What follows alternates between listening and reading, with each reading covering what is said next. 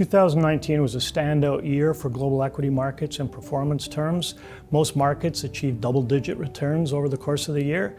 For instance, the S&P 500 in Canadian dollar terms was up 25%, and the TSX was up 23%, which turned out to be the best year for market performance in Canada going back to 2009. But I think it's important to note that we were coming off a pretty low base at the beginning of 2019 as a result of the significant drawdown that was achieved globally in markets in the fourth quarter of 2018. So the beginning of 2019 was a bit of recuperating some of those earlier losses.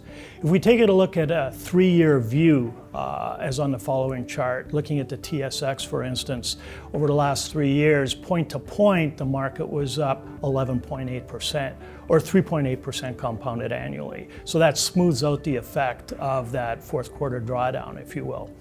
But I think if we look at the last 10 years, 2019 was a continuation of that bull market that began during what is now affectionately referred to as the Great Financial Crisis of 2009.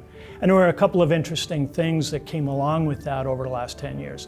One being that over this past decade, we've not experienced a bear market, at least on the S&P 500, which is unique.